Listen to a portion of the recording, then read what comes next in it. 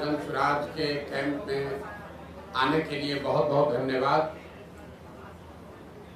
आपसे पिछली बार पटना में 5 मई 2022 को मेरी मुलाकात हुई थी।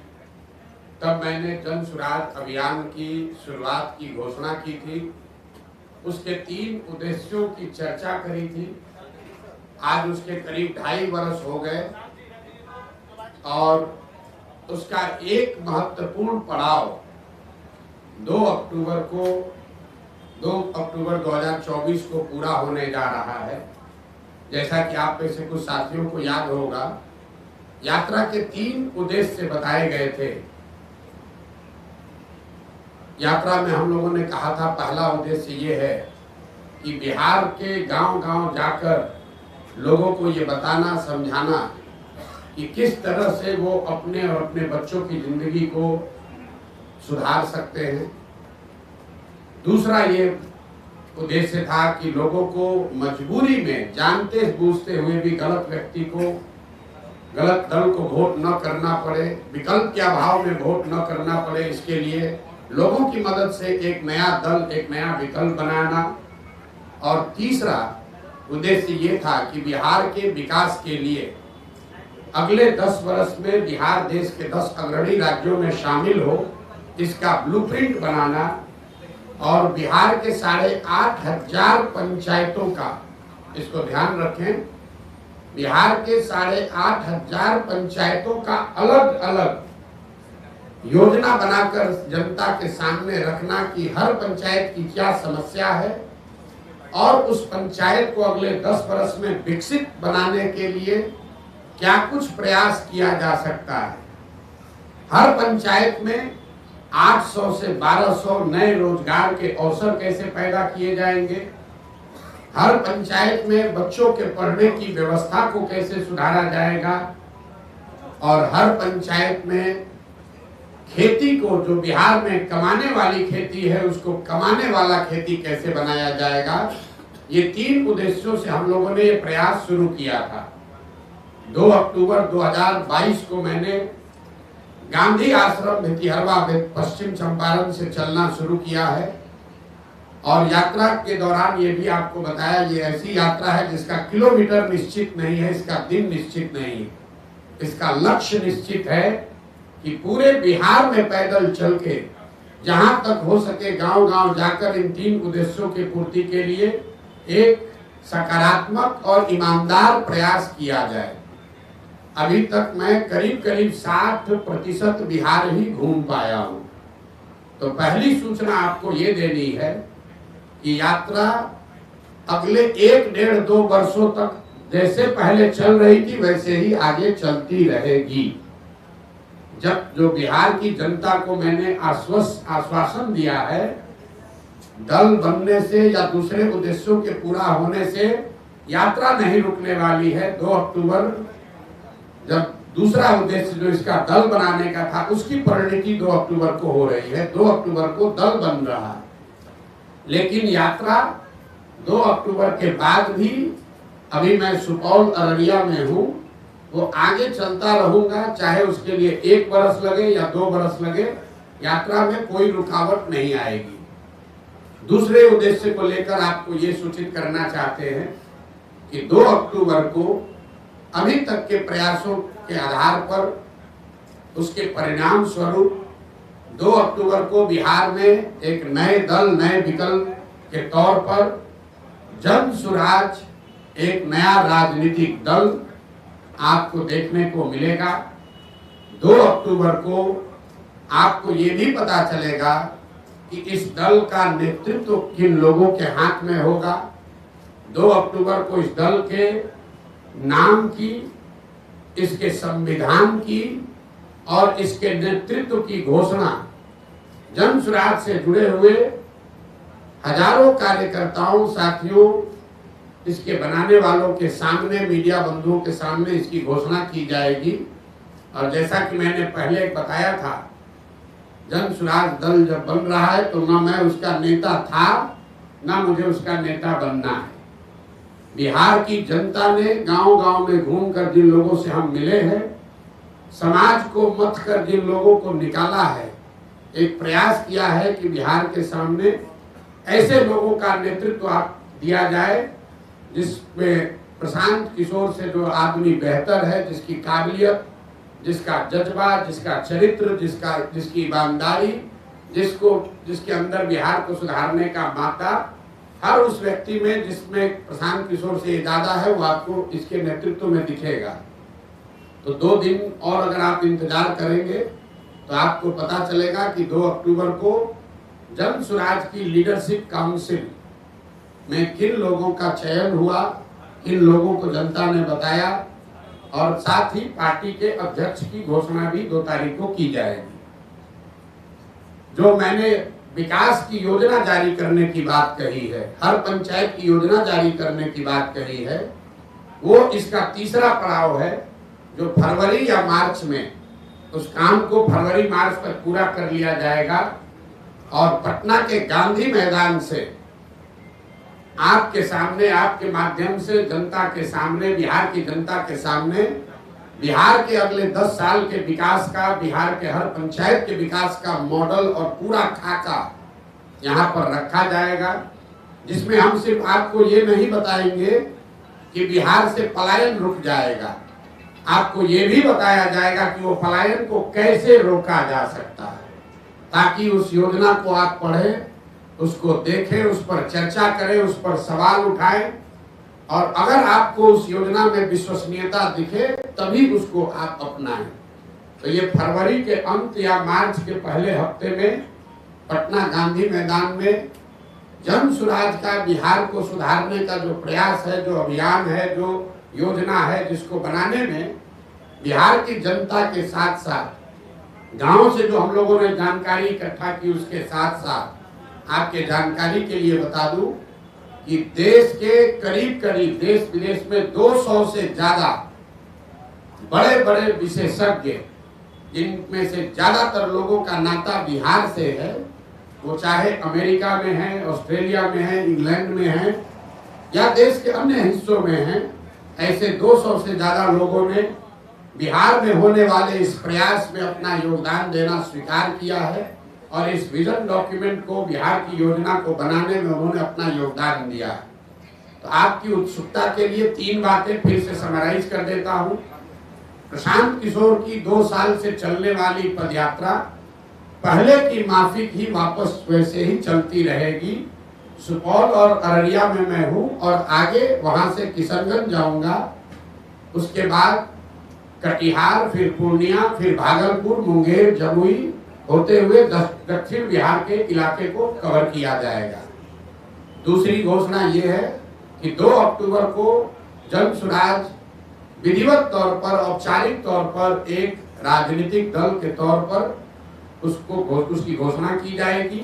2 तारीख को दल के नेता, संविधान और नेतृत्व की भी घोषणा की जाएगी। उनसे आपको मुखातिब भी कराया जाएगा ताकि आप उनसे सवाल कर सके, उनकी पृष्ठभूमि की जांच कर सके, और अगर उसमें कोई गलती व्यक्ति आ जाए तो बिल्कुल उस पर टीका टिप्पणी भी करें और हमसे सवाल भी उठाएं। और तीसरा जो मैंने आपको बताया कि जब दल बन जाएगा, 6 महीने अभी हमको और लगेंगे, तो बिहार के विकास का जितने लोग सवाल उठा रहे हैं कि प्रशांत किशोर कह रहे हैं, जन स्वराज वाले कह रहे हैं कि 1 साल में पलायन रोक देंगे, तो 1 साल में पलायन के रोकने का पूरा खाका बिहार की जनता के सामने रखा जाएगा कि उस पलायन को कैसे रोका जाएगा। अगर जन स्वराज में हम लोग कह रहे हैं कि 15 साल से कम उम्र के हर बच्चे के लिए अगले 5 से 7 वर्षों में विश्व स्तरीय शिक्षा की व्यवस्था बनाई जाएगी, बिहार को फिर से ज्ञान की भूमि के तौर पर स्थापित किया जाएगा, तो उसका पूरा योजना बनाकर आपके सामने जारी करेंगे। और अभी तक मेरा जो 2 साल का पदयात्रा का अनुभव रहा है और आगे की योजना के बारे में अब आपके जो सवाल है, मैं आपके सामने बैठा हुआ हूँ। आप स्वेच्छा से अगले 1 घंटे तक जो कुछ भी सवाल चाहे वो पूछ सकते हैं। आप सबका फिर से बहुत बहुत धन्यवाद। अब आप सवाल कर सकते हैं। प्रशांत जी, आपको धन्यवाद आपकी यात्रा के लिए। आपकी यात्रा के लिए जो सफल यात्रा रही, जो हम लोग देख भी रहे, लेकिन साथ में ये जानना चाहेंगे कि आपका इंटेंशन मुस्लिम की तरफ बहुत बढ़ा हुआ महसूस हो रहा है, मुसलमानों का आपकी तरफ बढ़ा हुआ इंटेंशन लग रहा है, इसमें सच्चाई क्या है? मेरा झुकाव बिहार की जनता के प्रति है, बिहार की जनता के प्रति झुकाव है। और बिहार में 18-19% मुसलमान भी रहते हैं, तो मेरा एक पांचवा हिस्सा 20% झुकाव मुसलमानों के लिए भी है। अगर जन सुराज में 100 लोग अगर आकर इसको साथ में बना रहे हैं, तो उसमें 20% मुसलमान की भी भागीदारी, हिस्सेदारी होनी चाहिए। उसमें 35% अति पिछड़ों की भी भागीदारी होनी चाहिए। 19% उसमें दलित भी होने चाहिए। 15% 14% सवर्ण भी होने चाहिए।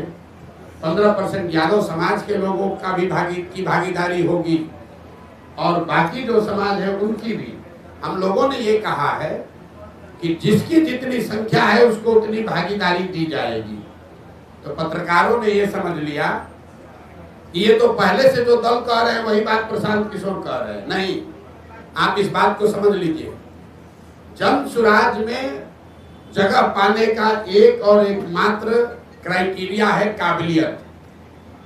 बिना काबिलियत के आप जन सुराज में कोई जिम्मेवारी की जगह नहीं पा सकते हैं। लेकिन अगर जगह है 100 और 1000 आदमी काबिल हैं, तो कैसे उन 100 का बंटवारा होगा?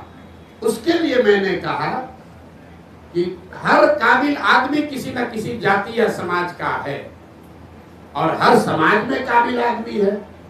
तो जन सुराज का ये प्रयास है कि हर समाज के काबिल आदमी को ढूंढ कर निकाला जाए, और उस समाज की जितनी संख्या है उस समाज के उतने काबिल लोगों को जन सुराज में शामिल किया जाए।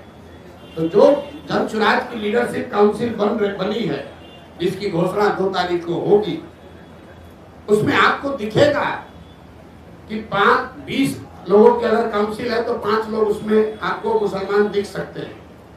लेकिन वो इसलिए नहीं 5 होंगे कि वो 5 मुसलमान हैं, वो इसलिए होंगे कि वो 5 सबसे काबिल व्यक्ति हैं जो मुसलमान भी हैं।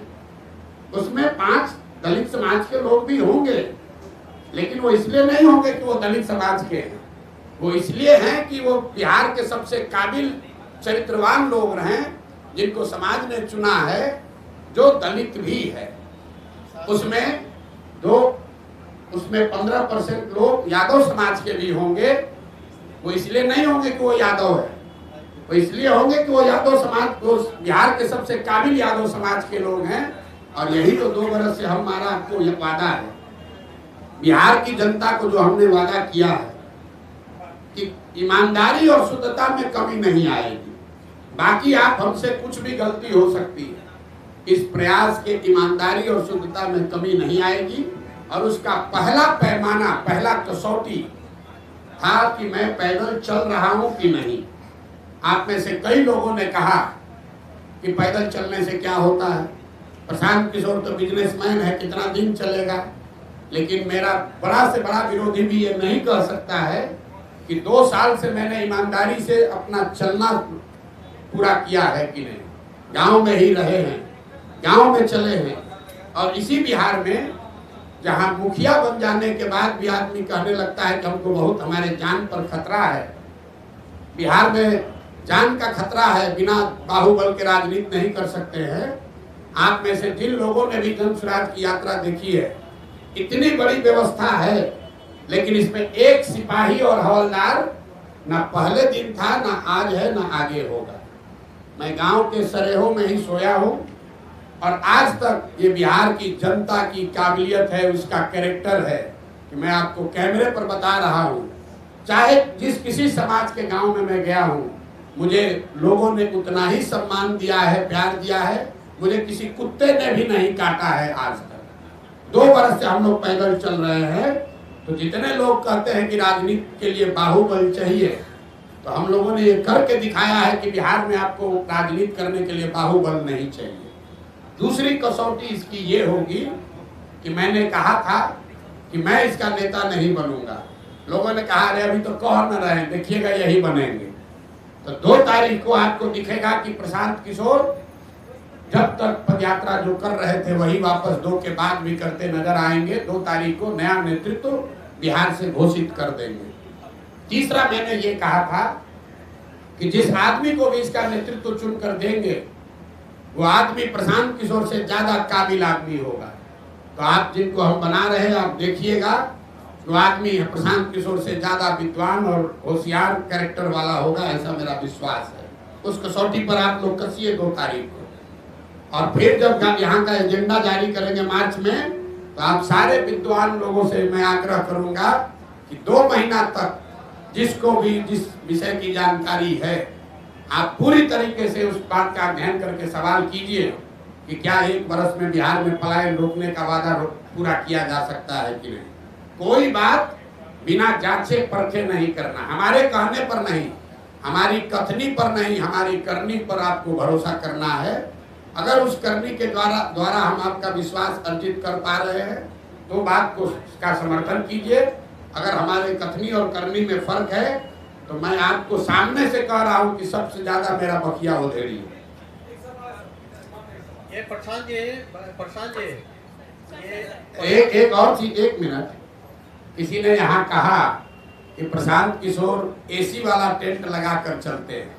ये प्रेस कॉन्फ्रेंस हमने टेंट में इसलिए रखा है कि इसी टेंटों में हम लोग 2 साल से रह रहे हैं।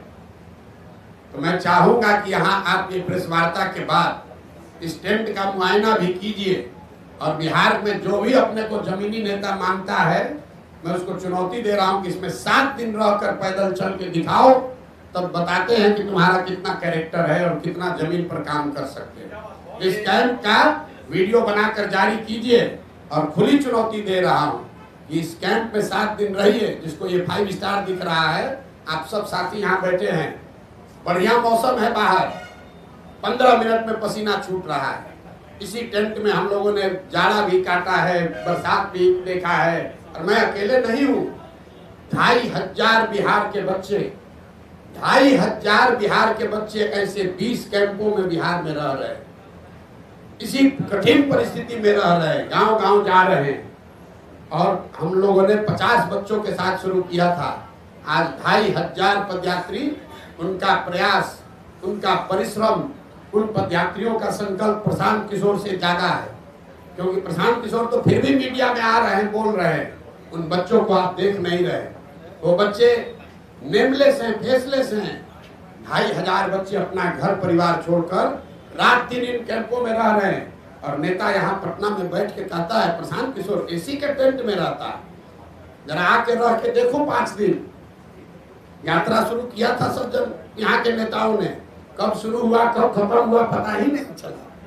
ये प्रशांत जी, ये प्रशांत जी राजनीतिक रणनीतिकार सलाहकार से आप बिहार की बात किए, उसके बाद जन स्वराज अभियान आपने चलाया, तो आप बता रहे हैं कि नेतृत्व किसी और को सौंपेंगे। तो वैसी स्थिति में प्रशांत किशोर की जन स्वराज में आगे क्या भूमिका रहेगी, किस तौर पर वो जाने जाएंगे?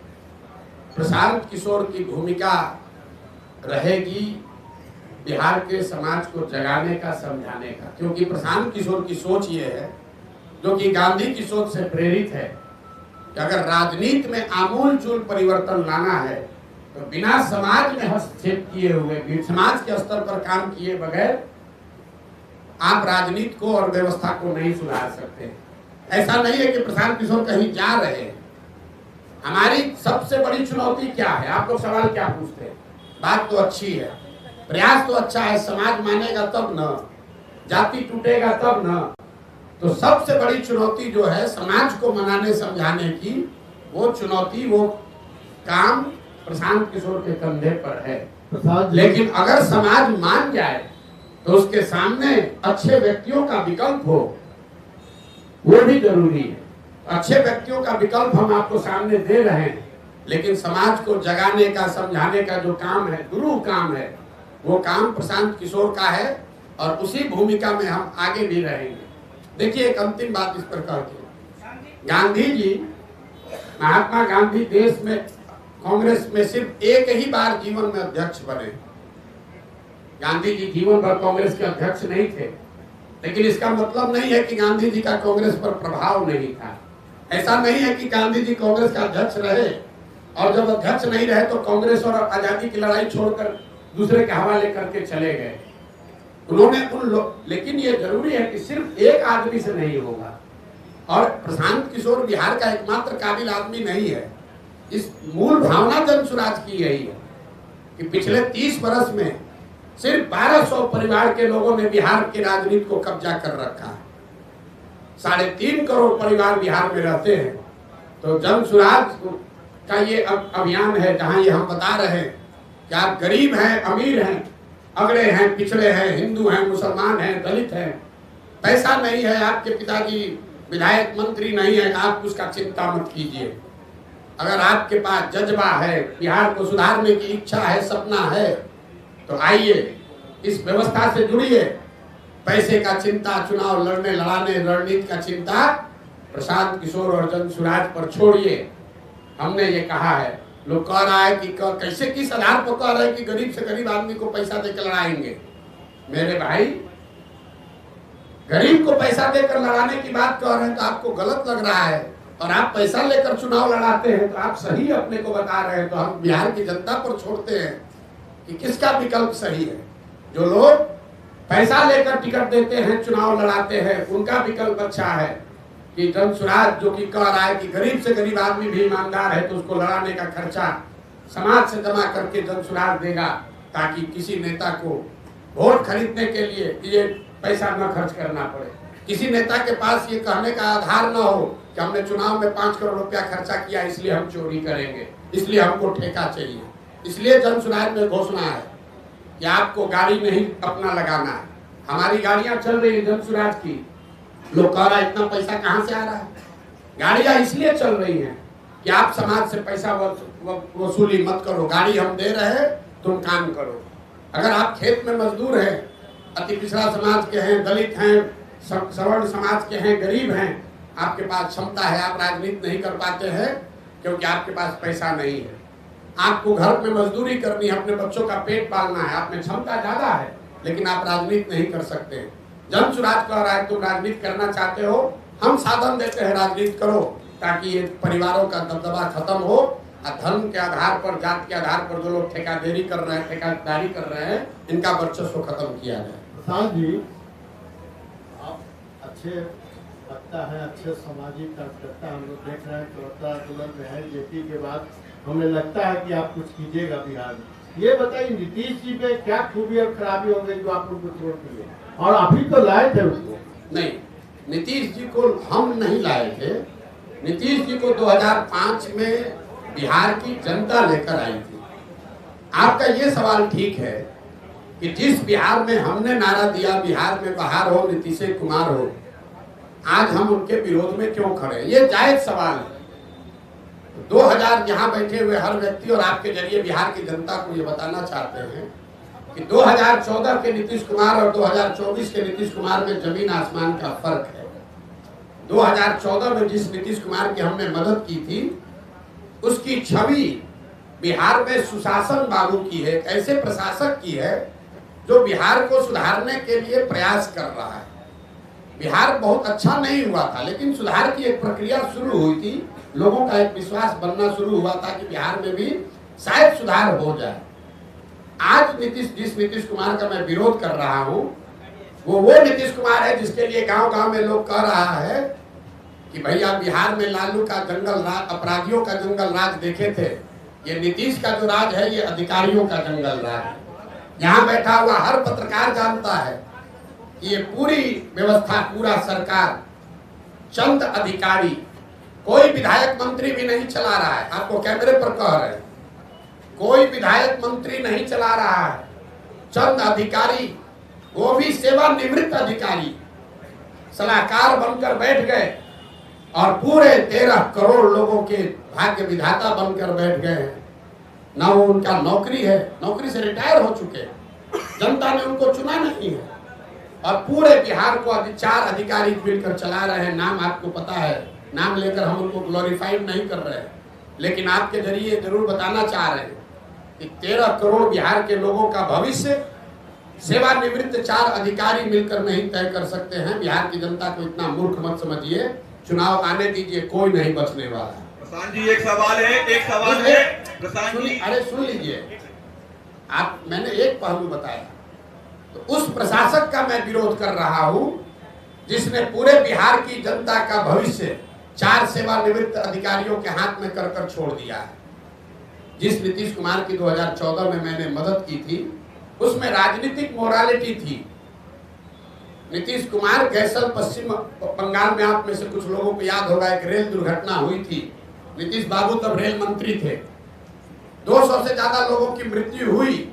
नीतीश कुमार ने रेल मंत्री पद से वाजपेयी की सरकार में इस्तीफा दिया था। मैंने उस नीतीश कुमार की मदद की थी। आज जिस नीतीश कुमार का विरोध कर रहा हूं वो नीतीश कुमार है कि कोरोना के काल में हजारों लोग मर गए, उनकी मृत्यु हो गई, लाखों बच्चे, पूरे कोरोना से पूरे देश में संकट आया, लेकिन जितना कष्ट बिहार के लोगों को हुआ उतना कष्ट किसी को नहीं हुआ। लाखों बच्चे बिहार के रोड पर मारे मारे फिर रहे थे, और आपको मालूम है नीतीश कुमार बंगले से नहीं निकले, इसलिए नीतीश कुमार का विरोध कर रहे हैं। तीसरा, नीतीश कुमार का इसलिए विरोध कर रहे हैं कि 2015 में 14 में नीतीश कुमार चुनाव नहीं हारे थे। लोकसभा में उनके दल को चुनाव लोगों ने हराया था, उनके दल को 2 MP मिला था। नीतीश कुमार के पास 117 विधायक थे, उनको बहुमत था, फिर भी उन्होंने पद छोड़कर मांझी जी को मुख्यमंत्री बनाया था कि भाई जनता का विश्वास हम पर नहीं है तो दूसरे को मुख्यमंत्री बनना चाहिए। आज उस नीतीश कुमार की मैंने मदद की थी। आज जिस नीतीश कुमार का विरोध कर रहे हैं वो नीतीश कुमार है जो चुनाव हार गया है। 243 के विधानसभा में 42 विधायक जीता है इस आदमी का, और कभी लालटेन पर लटक कर, कभी कमल पर बैठकर ये आदमी राज कर रहा है। जिस दिन परिणाम आपके सामने खुलासा कर रहे हैं, जिस दिन 2020 का चुनाव का परिणाम आया, नीतीश कुमार अपना फोन का रिकॉर्ड जारी करे, कम से कम 3-4 बार हमसे बात किया। इस शख्स ने 3-4 बार हमसे बात किया। हमने इनको सलाह दिया कि आपको 42 विधायक आया है, मत बनिए मुख्यमंत्री, ये जनता के आदेश का उल्लंघन होगा। 6 बजे तक आप लोगों को भी जानकारी होगा, शाम में 6 बजे तक कहते रहे नहीं बनेंगे, और 6:30 बजे फिर वही जाकर मुख्यमंत्री बन गए। इस नीतीश कुमार का विरोध कर रहा हूं।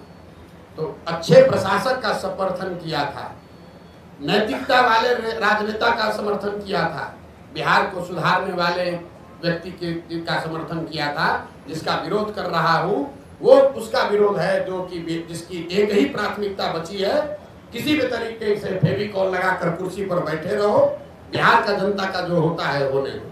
आपने कहा कि आपका जो मुकाबला है वो एनडीए से है, आरजेडी को आप कोई मुकाबला नहीं मानते हैं, तो क्या आपको नहीं लगता कि कहीं आपका ये बयान आप पर बैकफायर भी हो सकता है, क्योंकि कहीं ना कहीं एक खास वोट बैंक पर आपकी भी नजर है अगर इस स्टेटमेंट को हम देखें तो? नहीं, आप ये भाई, इसके लिए कोई आपको बहुत ज्ञानी होने की जरूरत नहीं है। आप 2005 से, जब से एनडीए बना है, उसके बाद से आरजेडी की कोई ताकत रही नहीं है। 2005 से आप आगे का इलेक्शन का आंकड़ा उठाकर देख लीजिए, तो आरजेडी को कभी, आरजेडी या उनके द्वारा बनाए गए गठबंधन को कभी जीत नहीं मिली है। महागठबंधन का एक अपवाद छोड़ दिए जिसमें हम लोगों ने मदद की थी, उसमें भी आरजेडी जूनियर पार्टनर ही था। नीतीश जी के चेहरे पर चुनाव लड़ा था, आरजेडी के नाम पर चुनाव नहीं लड़ा गया था। और अभी का लोकसभा का चुनाव देख लीजिए, इस लोकसभा चुनाव में 176 विधानसभा में भाजपा और एनडीए को बढ़त है। तो हमारा अगर मुकाबला है तो जो 176 में आगे है उससे मुकाबला होगा, कि तो 50 सीट में आगे है उससे मुकाबला होगा। तो ये तो हमारे आकलन का विषय नहीं है, ये तो फैक्ट है। किसने कह दिया आपको? भाई ऐसा है, अब अपने हिसाब से कहिएगा। क्या लोकसभा में कितना सीट है आरजेडी को? 2014 में आरजेडी को 5 से कम सीट था, 2014 में 0 सीट था, 2019 में 4 सीट मिला। और आप लोग बता रहे हैं बाप रे कितना बड़ा दल है आरजेडी। आरजेडी, एक बात ध्यान रखिए आप लोग, आरजेडी अपने दम पर, लालू जी बहुत बड़े नेता हैं, लेकिन लालू जी अपने दम पर बिहार जीवन में सिर्फ एक ही बार जीते हैं, एक ही बार जीते हैं। दोबारा बिहार की जनता ने लालू जी को बहुमत नहीं दिया है। तो एक बड़ा दल का ढोंगा बिहार के दूसरे कोने में जाकर बताइएगा, हमको मत समझाइए। कितना उनको दम है वो हमको मालूम है। और वो दम का आधार क्या है? दम का आधार यह है 18% मुसलमान, जिसको आप 20 बरस से डरा रहे हैं कि अगर हमको वोट नहीं दोगे तो भाजपा आ जाएगी। आपने मुसलमानों के लिए किया कुछ नहीं, उसको भागीदारी नहीं दी, उसको हिस्सेदारी नहीं दी, उनके बच्चों के पढ़ाई की चिंता नहीं की, उनको लालटेन में किरासन तेल बनाकर जला रहे हो, रोशनी अपने घर में कर रहे हो। उसको अगर हटा दीजिएगा तो कितने लोग बिहार के हैं जो आरजेडी के समर्थन में, आप बता दीजिए, आपको ज्यादा जानकारी है।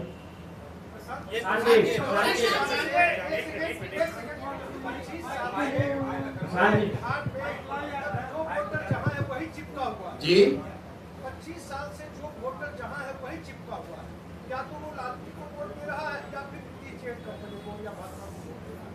कि जातीय कीचड़ में फंसा हुआ इस बिहार को आपको लगता है कि जाति के, अब देखिए आप ही के बयान को दोहरा देते हैं।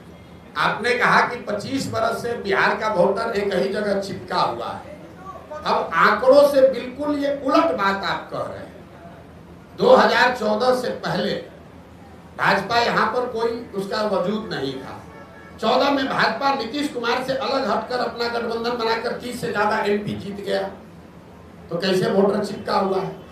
84 में इसी बिहार की जनता ने कांग्रेस को पूर्ण बहुमत दिया, 89 में जनता दल को जिताया, 95 में लालू यादव को जिताया, 2000 के बाद लालू जी और किसी को गठबंधन नहीं दिया, 2014 में मोदी को जिताया, 2019 में 40 में 39 सांसद एनडीए को जिता दिया, इस बार फिर 30 दिया है। और आप कह रहे हैं कि भाजपा वोटर कीचड़ में फंसा हुआ है। अगर कीचड़ में फंसा होता तो लालू जी कांग्रेस 84 के बाद से यहाँ 0 पर कैसे आ जाती। लालू जी 54 में 53 एमपी जीतने वाले 0 पर कैसे आ गए। नीतीश कुमार 25 एमपी को 2 एमपी पर कैसे जनता ने उतार दिया। आप एक मिनट, अरे आइए आपकी बात पर आ रहे हैं। पहले तो ये अपना जानकारी ठीक कर लीजिए कि बिहार में स्टैटिक है, ये ऊपर से चीजें स्थिर दिखती हैं। समंदर को दूर से देखिएगा तो बड़ा स्थिर दिखेगा, नजदीक जाकर गहराई से देखिएगा तो आपको करंट फील होगा। बिहार वो भूमि है जहां 10 बरस में पूरी राजनीतिक व्यवस्था पीछे बदलती रही है। लालू जी का वर्चस्व 90 के दौर में रहा है, 2000 आते आते लालू जी का वर्चस्व खत्म हो गया। 80 के दौर में कांग्रेस थी, 90 के दौर में लालू थे, 2000 के दौर में नीतीश कुमार हैं, 2010 के दौर में भाजपा मोदी हैं। हर 10 बरस में परिवर्तन हुआ है, आप उसको देख नहीं रहे। दूसरा आपने कहा जाति पर वोट पड़ा है, तो आप हमको बताइए इस बार 30 को सीट मिला है एनडीए को। ज्यादातर लोगों का आकलन है कि नीतीश कुमार का तो नहीं है, मोदी के नाम पर वोट पड़ा है। आप में से जो समझते हैं कि बिहार का हर आदमी जाति पर ही वोट देता है, तो जरा गिन कर बताइए कि मोदी जी के जाति का कितना आदमी बिहार में रहता है। मोदी के जाति के कितने लोग बिहार में रहते हैं। भाजपा का मोदी का गुनाह ये है कि जिस बिहार को जातिवादी समाज कहकर लोग हंसते हैं, अनपढ़ कहते हैं, हम लोग को बेइज्जत करते हैं, उस समाज ने जातियों से ऊपर उठकर गुजरात के एक लड़के को राजा बनाया। लेकिन मोदी जी ने पिछले 12-15 साल में बिहार के विकास के लिए हमने खुली चुनौती दे रखी है 2 साल से। एक दिन अगर मोदी जी ने बिहार के विकास के लिए एक बैठक किया हो, काम का छोड़िए, अगर आप लोग सब पत्रकार हैं, आपको भी बता रहे हैं, अगर 12-15 साल में मोदी जी ने अगर आपने कोई खबर छापी हो कि मोदी जी ने बिहार के विकास के लिए, बिहार में शुगर मिल चालू करने के लिए, या बिहार में इंडस्ट्रियलाइजेशन के लिए, या बिहार में पलायन रोकने के लिए मोदी जी ने आज बैठक बुलाई है दिल्ली में, आप हमको खबर दिखा दीजिए। और ये सारे प्रयास के बाद हम जन स्वराज का अभियान वापस लेकर एनडीए का समर्थन कर देंगे, आप दिखाइए। लेकिन जिस समाज ने जाति धर्म सब भूलकर मोदी को जिताया, उस मोदी ने बिहार की चिंता नहीं की। जैसे एक मिनट पूरा समझ लीजिए, बिहार के बर्बादी के जो दोषी हैं वो लालू और नीतीश हैं, लेकिन इसके असली गुनाहगार कांग्रेस और भाजपा ही है। ये क्यों कह रहा हूं मैं? लालू और नीतीश ने बिहार में सत्ता चलाया है, बिहार की जनता ने उनको एक एक बार जीवन में लालू जी को 1995 में और नीतीश जी को 2005 में एक एक ही बार मत दिया, लेकिन लालू जी जंगल राज 15 साल इसलिए चला पाए कि चंद सांसदों के लालच में कांग्रेस के लोगों ने बिहार और बिहार के बच्चों का भविष्य लालू के हाथ में गिरवी रख दिया। और जो गलती कांग्रेस ने की वही गलती आज भाजपा कर रही है। ये भाजपा वो दल है जो पूरे देश में, इसके लिए हम लोग कहते हैं कि दूसरे का दल को तोड़कर सांसद विधायक खरीद के सरकार बनाता है। बिहार में उसका 80-75 विधायक है, नीतीश का 43 है, लेकिन यहाँ सरकार नहीं बनाया। यहाँ नीतीश को बैठा दिया है ताकि हमको 12-15 MP मिलता रहे। तो भाजपा ने भी वही गलती की है जो कांग्रेस ने किया। कांग्रेस ने हम लोग के बच्चों का भविष्य लालू के हाथ में बेचा, भाजपा वाले हम लोग का भविष्य नीतीश के हाथ में बेचे हैं, और परिणाम भी वही होगा। जैसे कांग्रेस सिरे से बिहार में खत्म हो गई, लालू और नीतीश का कुछ भी हो, भाजपा यहाँ सिरे से खत्म हो जाएगी। नेतृत्व ऑलरेडी आप देख रहे हैं, भाजपा बिहार में नेतृत्व विहीन पहले से हो गई है, कुछ नहीं बचा है। देखिए किसको बनाए। ये बताइए, रुकिए। भाजपा के जो यहाँ अध्यक्ष बने हैं, हम आपको आपके मन से बता रहे हैं, सुन लीजिए, उसके बाद लेंगे, 1 घंटा बैठे हुए। भाजपा के जो अध्यक्ष बने हैं, बिहार के किसी गांव में चल के खड़ा हो जाए, उसमें से 10% आदमी भी नहीं कह सकता है ये आदमी कौन है। ये भाजपा के नेतृत्व का देखिए स्थिति। जो भाजपा के अभी अध्यक्ष है, उसको बिहार में 10% आदमी पहचानता नहीं है कि आदमी है कौन। अब भाजपा उनके जरिए बिहार सुधारना चाहती है, ये दिखाता है। यही काम कांग्रेस ने किया था, उन्होंने अपने नेतृत्व को खत्म करके लालू के हवाले कर दिया। तो भाजपा ने अपने नेतृत्व को, उसमें भाजपा में भी जो काबिल आदमी है उसको सबको हटा के और ऐसे लोगों को दिया है जो नीतीश का झोला ढोते रहे, उसके पीछे चलते रहे। आपकी काबिलियत के पैमाने पर दूसरे नाकाबिल कैसे हो जाते हैं? जी, आपकी काबिलियत के पैमाने पर दूसरे नाकाबिल कैसे हो जाते हैं? हमने तो किसी को नाकाबिल कहा ही नहीं। और नहीं, एक तो निरपेक्ष भाव से तो यही बात जा रही है ना कि आप काबिल लोगों को लाएंगे, यानी अभी तक सत्ता में जो लोग हैं या आते रहे वो नाकाबिल है। मेरी पूरी बात सुनने की। और अगर आपकी काबिलियत का पैमाना क्या है, निर्धारण आपने किसी किया? ये अच्छा सवाल है। और उसके साथ दूसरी बात ये कि अगर सत्ता में आने के बाद काबिल लोग नाकाबिल हो जाते हैं तो आपके जनसुराज की क्या गारंटी है? और अगर गारंटी नहीं है तो बिहार की जनता एक छल के लिए और क्यों मजबूर है? 3 सवाल आपके जवाब दे रहा हूँ। पहला, इन्होंने कहा कि आप कह रहे हैं कि काबिल आदमी को लाएंगे मतलब दूसरा नाकाबिल है। ये बात नहीं है। लकीर बड़ी करने के लिए उस दूसरे को काटना जरूरी नहीं है, उससे लंबी लकीर खींची जा सकती है। तो जिसको जन स्वराज का नेतृत्व दे रहे हैं, इसका पहला पैमाना ये है कि उस आदमी को आप जो जन स्वराज का अध्यक्ष बनेगा, यहाँ पर 3 बड़े पार्टियों के 4 बड़े पार्टियों के अध्यक्ष पहले से हैं। भाजपा के अध्यक्ष दिलीप जायसवाल जी हैं, जदयू के अध्यक्ष उमेश कुशवाहा जी हैं, आरजेडी के अध्यक्ष जगदानंद जी हैं और कांग्रेस के अध्यक्ष अखिलेश जी हैं। जन स्वराज का जो अध्यक्ष बनेगा उसको खड़ा कर दीजिए और 5 के सामने उसकी काबिलियत, उसका डिग्री, समाज में नजरिया और किसी भी विषय पर आप उससे बहस करा लीजिए, खुद तय कर लीजिए कि उसमें काबिल कौन है। काबिलियत का पैमाना समाज है। दूसरी बात आपने कही कि ये इसकी क्या गारंटी है कि जन स्वराज का आदमी, अगर काबिल आदमी भी गलत बन जाए। इसीलिए देश में पहली बार, ये घोषणा हमको 2 को करनी है लेकिन आपने सवाल उठाया है, देश में पहली बार किसी राजनीतिक दल ने अपने संविधान में ये लिखा है, राइट टू रिकॉल, कि अगर जो व्यक्ति जन स्वराज के टिकट पर चुनाव लड़ेगा उसको ये एफिडेविट साइन करके देना पड़ेगा लीगली कि जन स्वराज के संस्थापक सदस्य उस विधानसभा क्षेत्र के 1 तिहाई जन स्वराज के संस्थापक सदस्यों ने अगर आपके खिलाफ अविश्वास प्रस्ताव ला दिया और फिर वहां वोटिंग हुई और जन स्वराज के संस्थापक सदस्यों में आपने अगर अपना विश्वास खो दिया तो आपको रिजाइन करना पड़ेगा। ये एफिडेविट देने के बाद ही आप जन स्वराज से लड़ पाएंगे। इस बात को हम लोग जन स्वराज अपने संविधान में लिख रहा है। तीसरा और अंतिम सवाल, कि जन सुराज पर भरोसा क्यों करें। ठीक बात है, ये अच्छा सवाल है। जन सुराज पर भरोसा इसलिए करें कि पहले से लोग यहाँ पर हैं, वो एक्सपायर मेडिसिन है। आपने उसको जांच लिया, परख लिया, जानते हैं कि ये दवा काम नहीं करती। मान लीजिए कि आपके घर में कोई बीमार पड़ गया, भगवान न करे, और उसको कोई ऐसी बीमारी हो गई कि सुधर ही नहीं रही है। डॉक्टर ने दवा दिया, हर तरह का दवा दे दिया, वो सुधर नहीं रहा है। आपने कहा डॉक्टर साहब इससे क्या होगा, अब तो नहीं सुधर रहा है। डॉक्टर ने कहा भाई एक नई दवा आई है, उसका पूरा प्रमाण तो नहीं है, लेकिन 20% 40% संभावना है ठीक हो सकती है, लेकिन कुछ खतरा भी हो सकता है। आपका अगर आदेश हो, अगर आप सहमत हो तो हम एक बार ट्राई करके देखते हैं। आप क्या कहिएगा?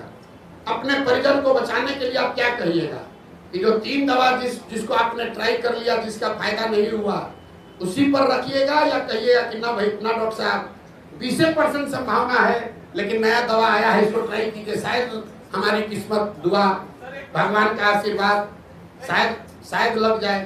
तो जन सुराज जो 3 जिन दलों से हम लड़ रहे हैं, वो एक्सपायर मेडिसिन है। जनता ने उसको 30 बरस देख लिया, परख लिया, जान लिया, ये नहीं सुधार सकता है। जन सुराज नया प्रयास है, इससे सुधार हो भी सकता है, शायद नहीं भी हो सकता, लेकिन शायद हो भी सकता है। तो ऊपर वाले की दुआ रही तो निश्चित तौर पर बिहार की जनता वो रिस्क लेगी। और एक अंतिम बात, हमारा अपना मानना है कि सबके जीवन में कभी न कभी सवेरा आना है। बिहार के 13 करोड़ जनता के भविष्य में भी कभी न कभी तो सुधार भगवान ने, ऊपर वाले ने लिखा होगा। हम लोग तो निमित्त मात्र है। हम तो पहले भी ये हमको समझ थी, हमने पहले प्रयास क्यों नहीं किया? प्रयास हम तब शुरू किए हैं जब ऊपर वाले की मर्जी हुई है। हम 1% है, ऊपर वाला 99% है। मेरा ये विश्वास है कि 13 करोड़ बिहार के लोगों का जीवन भी कभी सुधरना भगवान ने तय किया होगा, और शायद जन सुराज वो निमित्त है, वो रास्ता है जिसके जरिए वो सुधार हो पाएगा।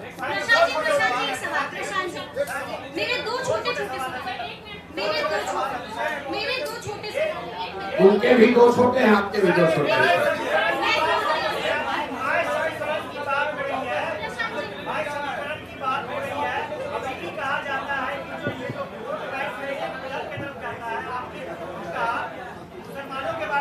भाई देखिए, ये माई सुनिए ना, इतना काहे घबरा रहे? बिहार के लिए चिंता करने वाले लोग इतना घबराए हैं। आपने कहा माई समीकरण, रुकिए, अभी हमारी बात पर मत जाइए। पूर्णिया रुपौली में चुनाव हुआ है, सबसे ताजा प्रमाण, जनता का प्रमाण ही सबसे बड़ा प्रमाण है। रुपौली में चुनाव हुआ, माई समीकरण की बात करने वाले आरजेडी वालों ने बीमा भारती जी को वहां उम्मीदवार बनाया। रुपौली की स्थिति से जो लोग जानकारी रखते हैं, बीमा भारती जी के अपने जाति के 35-40 हजार लोग उस विधानसभा में रहते हैं। 15,000 MY में वाई समाज के लोग, यादव समाज के लोग रहते हैं, और 45,000 वहां मुसलमान रहते हैं। तीनों मिलाइएगा तो 1 लाख हुआ। और माई समीकरण के जमींदारी का दावा करने वाले लोग, ठेकेदारी करने वाले लोग के कैंडिडेट को 30,000 वोट आया है। दूसरा देखिए, एनडीए का अति पिछड़ा तो नीतीश जी के साथ है, तो भैया रुपौली में 1,10,000 अति पिछड़ा है, उनको कितना वोट आया? 50,000। और जीता कौन? उस व्यक्ति, वो आदमी जीता है, हमारा आदमी नहीं जीता है। जन सुराज की बात छोड़ दीजिए, वो आदमी जीता है जिसके जाति का 5-6 हजार आदमी वहां रहता है। और आप लोग कह रहे हैं कि बिहार में माई समीकरण है, सब जाते हैं, पब्लिक सब पागल है।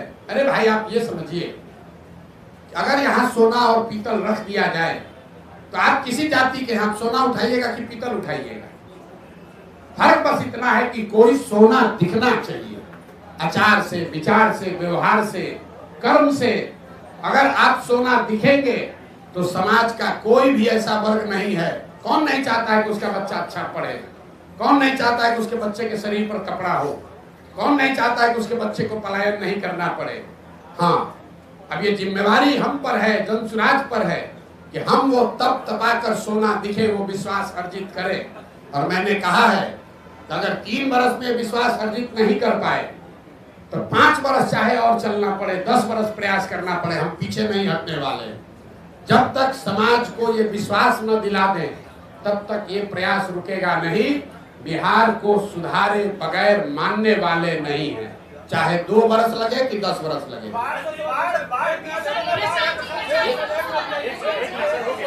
बोलिए बोलिए बोलिए बोलिए। क्या पीके जियो टीओ क्या होता है? मेरे भाई, बिहार कहाँ से कहाँ सवाल आप करते हैं। हमने दल नहीं बनाया है, हम पूरी बात अपनी बिहार के लिए। अगर हम अपने जीवन में, मेरे जीवन का भी हम 10 साल में अपना जीवन जीते।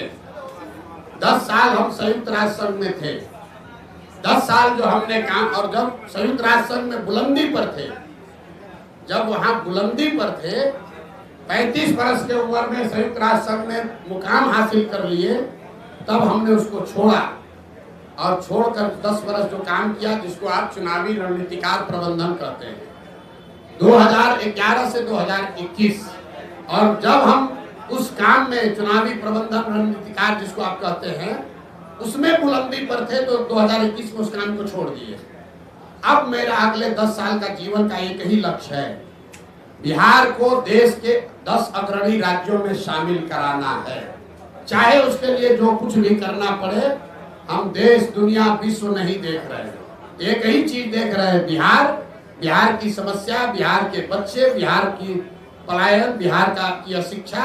और जैसा मैंने आपको कहा, आप चुनाव देख रहे हैं, मैं देख रहा हूं कि जब तक ये नहीं सुधरेगा तब तक बिहार में ही प्रशांत किशोर को इसी तरह से प्रयास करते रहना। विपक्ष आप पर कई तरह के आरोप लगाता है, जिसमें से एक आरोप ये है कि जनसुराज कुछ और नहीं बल्कि वन मैन शो है। इस आरोप पर प्रशांत किशोर क्या ठीक, देखिए, कम से कम विपक्ष वाले या पक्ष वाले आरोप लगाना शुरू तो कर रहे हैं। जब हमने अभियान शुरू किया था तो कहता था ये है कौन, प्रशांत किशोर कौन है।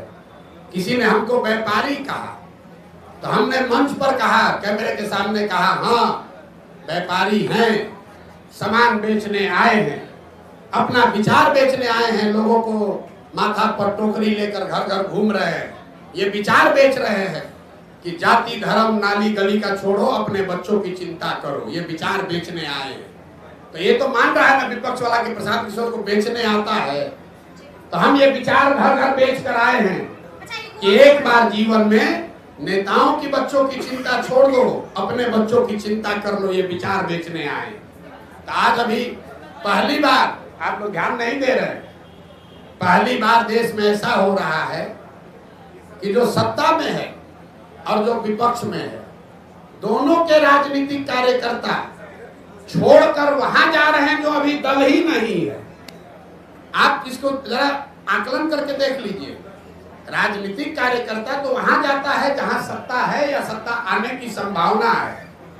जनसुराज अभी दल नहीं है और आरजेडी वाले चिट्ठी निकाल रहे हैं कि भैया लालू जी के समाजवाद का हवाला है, जो दल मत छोड़ो रे भाई, अरे यहीं पर बने रहो। भाजपा वाला, कल हमको एक भाजपा का नेता आया, कहा भैया भाजपा का कार्यालय है, बैठे हम लोग हैं, लेकिन चर्चा खाली जनसुराजे का हो रहा है। ये हमारी ताकत नहीं है, ये बिहार के लोगों की 30 वर्ष की छटपटाहट है। 30 वर्ष से भाजपा का डर दिखाकर लालू और लालू का डर दिखाकर भाजपा ने जो वोट लिया है, ये उनकी छटपटाहट है।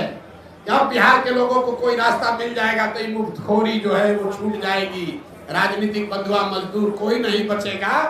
यही अभियान है और इसीलिए छटपटाहट और घबराहट है। प्रशांत जी, एक बड़ा खतरा बनकर उभरे, एक छोटा सवाल प्रशांत जी, आप एक बड़ा खतरा बनकर उभरे हैं, तो कईयों ने आपको भी संपर्क करने की कोशिश की होगी, तो प्रशांत किशोर के रोज भाई देखिए, ऐसा है प्रशांत किशोर को बिहार में प्रयास करने की जरूरत नहीं है, हमको लोगों को संपर्क करने के लिए।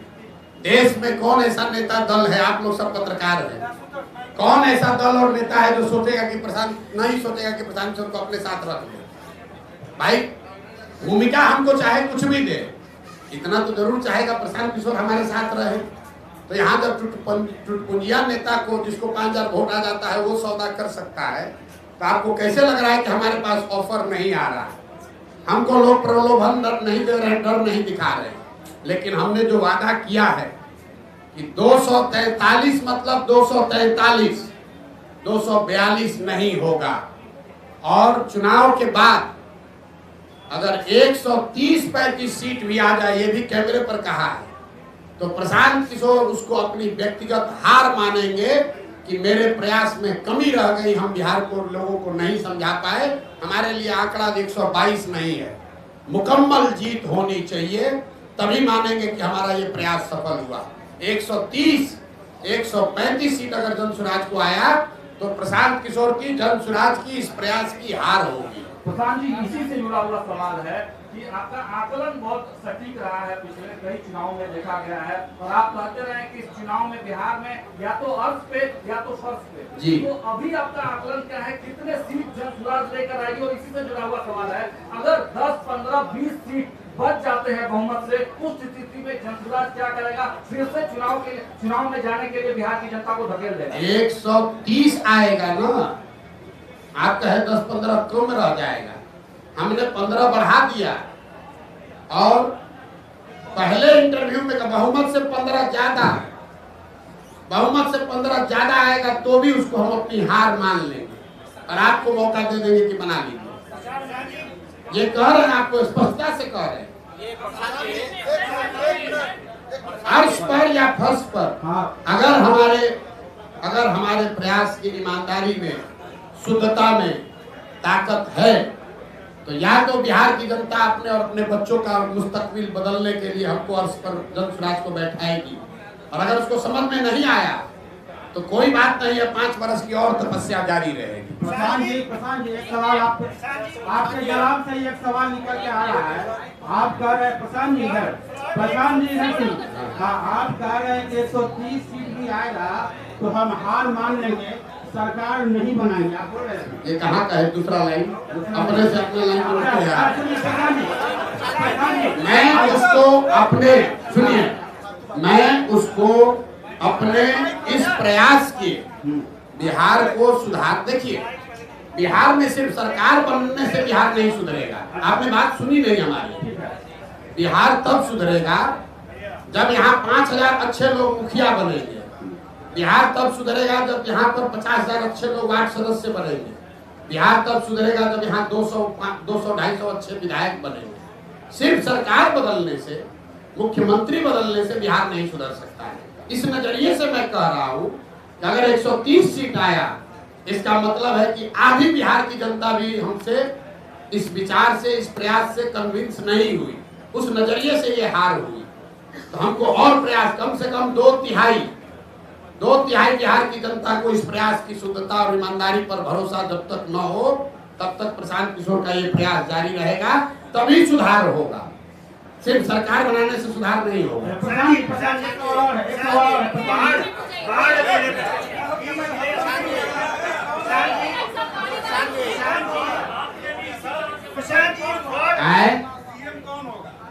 देखिए, हमने जो शुरुआत किया तो आपको बताया कि दल होगा, तो आप कहे कौन होगा? हम बोले जनसुराज होगा।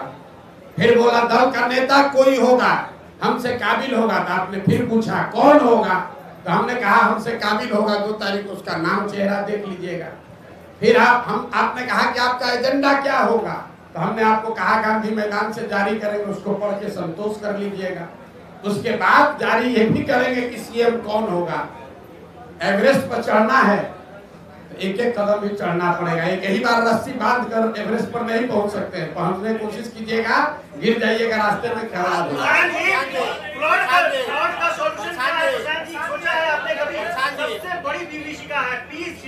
हो आपको कुछ नहीं समझ है। इनका जरा सवाल सुनिए। इन्होंने कहा कि फ्लड की समस्या सबसे बड़ी विभीषिका यहाँ के लोगों की मानसिकता है। सबसे बड़ी विभीषिका यहाँ से पलायन है। अब बाढ़ पर आ जाइए। अगर आप ध्यान से देखेंगे 50% यहाँ जमीन ऐसी है बिहार में जहां फ्लड क्या रिस्क है। 30% जमीन ऐसी है जहां परमानेंट जल जमाव है और करीब करीब 25 से 27% ऐसी जमीन है जहां सूखा है। अगर आप बिहार को भौगोलिक तरीके से देखेंगे तो जो उत्तर के तराई वाले जिले हैं, चंपारण, पश्चिमी चंपारण, पूर्वी चंपारण, शिवहर, सीतामढ़ी, मधुबनी, दरभंगा, सुपौल, अररिया, किशनगंज, ये जो ऊपर के तराई वाले एरिया हैं, यहाँ पर बाढ़ और बाढ़ के साथ साथ नदियों के कटाव का मामला है। जो मध्य के जिले हैं, गोपालगंज, सिवान, छपरा, वैशाली, समस्तीपुर, खगड़िया, बेगूसराय, इन जिलों में जब आप चलिएगा गांव-गांव तो आपको बाढ़ से ज्यादा जल जमाव की समस्या दिखेगी। हर पंचायत में, प्रखंड में हजारों एकड़ जमीन ऐसी है जहां पानी परमानेंट लगा रहता है। और जब गंगा के आप दक्षिण में आते हैं, जिसको आप दक्षिण बिहार कहते हैं, यहाँ पर सूखे की समस्या है, पानी नहीं पहुंच रहा है। तो जन स्वराज का जो विजन डॉक्यूमेंट जारी होगा उसमें आप बाढ़ पर कार्यक्रम नहीं देखेंगे, उसमें आप वाटर ग्रिड की बात देखेंगे कि जहां बाढ़ है, जहां जल जमाव है और सूखा, इन तीनों का एक integrated plan, Kosi plan, Gandak plan नहीं, सोन कैनाल नहीं, एक इंटीग्रेटेड प्लान हो जिसमें बाढ़, जल जमाव और सूखे को एक तरीके से एक बार एड्रेस किया जाए। उसका पूरा खाका आपके सामने रखेंगे, उसको देखिए, पढ़िए, समझिए। और आधा बाढ़ का जो समस्या है वो तो इंजीनियरों और ब्यूरोक्रेट्स के कमाई के लिए खुद किया हुआ है। आप गांव देहात में चलिए, लोग हमको बता रहे हैं भैया जो ठेकेदार है वही जाके बांध में छेद करवाता है ताकि कटे, अब बाढ़ नियंत्रण के नाम पर पैसा आए और उसमें लूट किया जाए। तो हमको फ्लड कंट्रोल नहीं करना है, हमको यहाँ जल जो यहाँ का अभिशाप बना हुआ है, इसको बिहार की एक बड़ी ताकत में परिवर्तित करना है। और एक अंतिम बात, चाइना ने आज से सैकड़ों साल पहले ये करके दिखाया है। उन्होंने नदियों का ग्रिड बनाकर बाढ़, सूखे और जल जमाव की समस्या का समाधान निकाला है। बिहार के लिए भी ये व्यवस्था कई लोगों ने कई रिपोर्टों में ये चीज पड़ी हुई है, किसी ने वैसा प्रयास नहीं किया है। तो जन स्वराज का प्रयोग, बाढ़ रोकने के लिए कोई विजन नहीं है। जल प्रबंधन, जल का समुचित उपयोग कैसे हो, बाढ़, जल जमाव और सूखे से परमानेंट छुटकारा कैसे हो, इसका विजन डॉक्यूमेंट आपको गांधी मैदान से जारी करेंगे। और हम चाहेंगे कि आप उसको पढ़िए, जरूर पढ़ के सवाल कीजिए।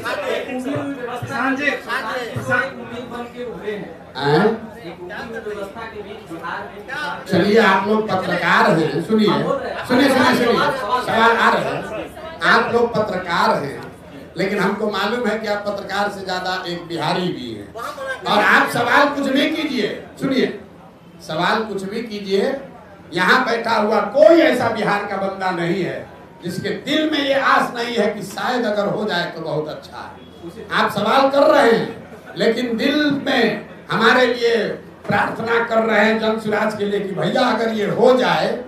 क्योंकि एक अंतिम बात सुन लीजिए, बिहार की जनता तो परेशान है, ये है पत्रकारों की जो दुर्दशा है। आपकी हालत तो वो है कि आप अपना दर्द लिख भी नहीं पा रहे हैं।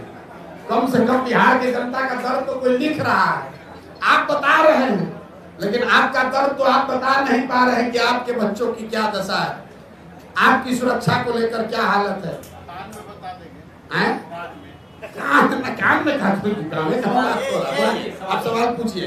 तो सबसे ज्यादा पत्रकार लोग चाह रहे हैं, जैसे समाज का हर वर्ग चाह रहा है वैसे पत्रकार भी चाह रहा है कुछ सुधार हो। जो सरप्राइज पैकेज है, हम जो कह रहे हैं कि बहुत सारे लोग ऐसे आपको जन स्वराज में दिखेंगे जिसको आपने सोचा नहीं था कि भी राजनीति में आ सकते हैं, तो उसमें पत्रकार लोग भी शामिल है। बिहार में कितना पत्रकार राजनीति में आने जा रहा है आपको पता नहीं है। प्रशांत जी, महात्मा गांधी का मेरा सवाल, महात्मा गांधी जी का तस्वीर लगाए उन्होंने विचारों पर चलने की बात करते हैं और ये नशा मुक्ति उनका महत्वपूर्ण ये बातें थी। शराबबंदी पर आपका बयान आया, खूब वायरल हुआ। कि शराबबंदी को हटा देंगे, उसमें सुधार की बातें नहीं की और उसको सीधे तरीके से गांधी को आप कितना पढ़े लिखे समझते हैं? ये प्रशांत जी, गांधी जी ने नहीं बात, ये महत्वपूर्ण समझ इसी लीजिए। से रिलेटेड है कि ये सवाल है आपसे। आप एक मिनट, नीतीश जी भी गांधी जी को अपना आदर्श मानते हैं, आप भी अपने गांधी जी को आदर्श मानते हैं। नीतीश जी बापू का हवाला देके और आधी आबादी का हवाला देके शराबबंदी लागू की। बोल रहे उसी पर बोल रहे हैं। पहली बात कि जितने लोग भी यहाँ गांधी के नाम पर शराबबंदी की पर सवाल कर रहे हैं, गांधी जी ने शराबबंदी को, नशा मुक्ति को सामाजिक प्रयास के तौर पर बताया है। गांधी जी ने ये नहीं कहा कि कानून बनाकर शराबबंदी लागू किया जाए। और हम 2-3 बरस से कह रहे हैं ये बात। जिसको जिसको भी अपने गांधी के जानने पर दम्भ हो वो आकर हमको बताए, समझाए कि गांधी जी ने ये कहाँ कहा है कि कानून बनाकर शराबबंदी लागू किया जाए। दूसरी बात, शराबबंदी का अगर मान लो कुछ फायदे हैं भी, मान लो एक बार को, तो शराबबंदी लागू होगा तब न फायदा होगा। बिहार में शराबबंदी कहाँ है? बिहार में शराबबंदी के नाम पर शराब का दुकान बंद है, होम डिलीवरी चालू है। पटना में तो कुछ ऐसा लोग सर्विस दे रहा है कि शराब का जो ब्रांड आप पीते हैं, आप बुलाइए आपको पिलाएगा, आप बोतल वापस लेके जा रहा है, कह रहा है कल फिर लेकर आए, पूरा बोतल तो एक दिन में पी नहीं सकते हैं। और आप अपने घर में शराब रखना नहीं चाहते हैं कि डर है पकड़ा जाएंगे। तो ऐसा सर्विस भी यहाँ पर है। आपको बता रहे हैं, आप लोग हमसे ज्यादा जानकारी होगा। शराब का बोतल लेकर आता है, जितना पैक पीना है पीजिए, बोतल ले जाएगा और अगले दिन फिर आपके सामने लाके बोतल खोलकर फिर देखेगा कि अभी आप ही वाला बोतल है, पूरा पेमेंट किए हुए हैं। नीतीश, सुनिए, नीतीश कुमार के इर्द गिर्द बैठे हुए सारे लोग खुद ही शराब पीने वाले लोग हैं, तो क्या बताएंगे? शराबबंदी की बात कर रहे हैं। हमने कहा है, इसको ध्यान रखिए, शराबबंदी से बिहार का हर वर्ष 20,000 करोड़ रुपया का नुकसान हो रहा है। जन स्वराज का विजन ये है कि शराबबंदी को हटाया जाए और ये 20,000 करोड़ रुपया जो मिले वो बजट में न लिया जाए। उस जैसे हम लोग रोड बनाने के लिए 50 पैसा सेस देते थे, उसी तरह शराब से आने वाले टैक्स के पैसे को बजट में न लिया जाए। उस पैसे को अगले 20 वर्ष तक सिर्फ और सिर्फ बिहार के बच्चों के पढ़ाई के लिए खर्चा किया जाए, तो शराबबंदी से अगले 12-15 वर्ष में 5 लाख करोड़ रुपया हम लोग जमा करने जा रहे हैं। आप बताइए कि ये होम डिलीवरी वाला शराबबंदी से समाज का फायदा है कि शराब की बिक्री भले हो, रेगुलेटेड हो, और उससे 5 लाख करोड़ रुपया इकट्ठा कराकर एक बच्चों को पढ़ाने के लिए विश्व स्तरीय व्यवस्था बना दी जाए, वो होना चाहिए। बिहार की जनता को तय करने दीजिए। हम पहले व्यक्ति हैं और एकमात्र राजनीतिक दल है जो कह रहा है कि शराबबंदी 15 मिनट में उठाकर फेंक देंगे। लोगों ने कहा महिला वोट नहीं देगी, न देती हो तो न दे। हम गलत नहीं बोलेंगे। लोगों ने कहा भूमि सुधार का बात कीजिएगा, सवर्ण वोट नहीं देगा। हम सामने से कह रहे हैं भूमि सुधार लागू किया जाएगा। अभी जो सर्वे हो रहा है ये भूमि सुधार नहीं है। भूमि सुधार और जमीन के सर्वे में फर्क है। हम सरकार पर अभी टीका टिप्पणी बहुत नहीं करते हैं, लेकिन आप लोग जितना राजनीतिक आकलन कर रहे हैं, ये कल किसी परसों पत्रकार ने बताया हमको, और उन्हीं का शब्द आपको कोट कर रहे हैं कि 3S, शराबबंदी, सर्वे और स्मार्ट मीटर, ये 3 आखिरी कील है नीतीश कुमार के राजनीतिक ताबूत में। ये सिरे से इनको साफ कर देगा। ये जो सर्वे शुरू कराया है, हर अंचल में लोग बता रहे हैं खतियान निकालने के लिए, अपना खतियान निकालने के लिए लोगों को 5,000-10,000 रुपया लग रहा है। जब से सर्वे शुरू हुआ है, प्रखंड के स्तर पर लोग बता रहे हैं कि 50 लाख से 1 करोड़ रुपया की वसूली हो चुकी है। शराबबंदी का यही हालत है। हर प्रखंड से करोड़ों रुपया शराब माफिया और भ्रष्ट अफसर कमा रहे हैं। और स्मार्ट मीटर में गरीब के गले को दबाकर उसके घर में कहा जा रहा है तुम अंधेरे में रहो, लेकिन स्मार्ट मीटर स्वीकार करो। ये तीनों एस नीतीश कुमार के राजनीतिक ताबूत का 3 कील है जो इनको पूरी तरीके से खत्म कर देगा। अभी रोके है ना सर्वे, दम है तो जरा सर्वे करके दिखा ले। हमने सबसे पहले कहा कि 6 महीने में घर घर में झगड़ा होगा, गांव में गोली चलेगी। ये आदमी सर्वे भूमि सुधार नहीं है। जब लैंड का रिकॉर्ड कहीं आपके पास नहीं है तो आप लोगों से क्यों मांग रहे हैं कि वंशावली बना के लाओ? सरकार के पास खुद लैंड का रिकॉर्ड नहीं है, रजिस्टर 2 कॉम्प्रोमाइज्ड है, उसमें हेर फेर हुई है, उसको फाड़ दिया गया, उसमें घोटाला किया गया, पैसा लेकर आपके नाम कर दूसरा नाम कर दिया। अनीता कुमारी है तो कुमारी में मौ पर इंक गिरा दिया, डिस्प्यूट खड़ा हो गया। तो जब सरकार को खुद नहीं पता है कि किस जमीन का मालिक कौन है तो कैसे लोग ये प्रमाणित करेंगे कि यह जमीन उनका है?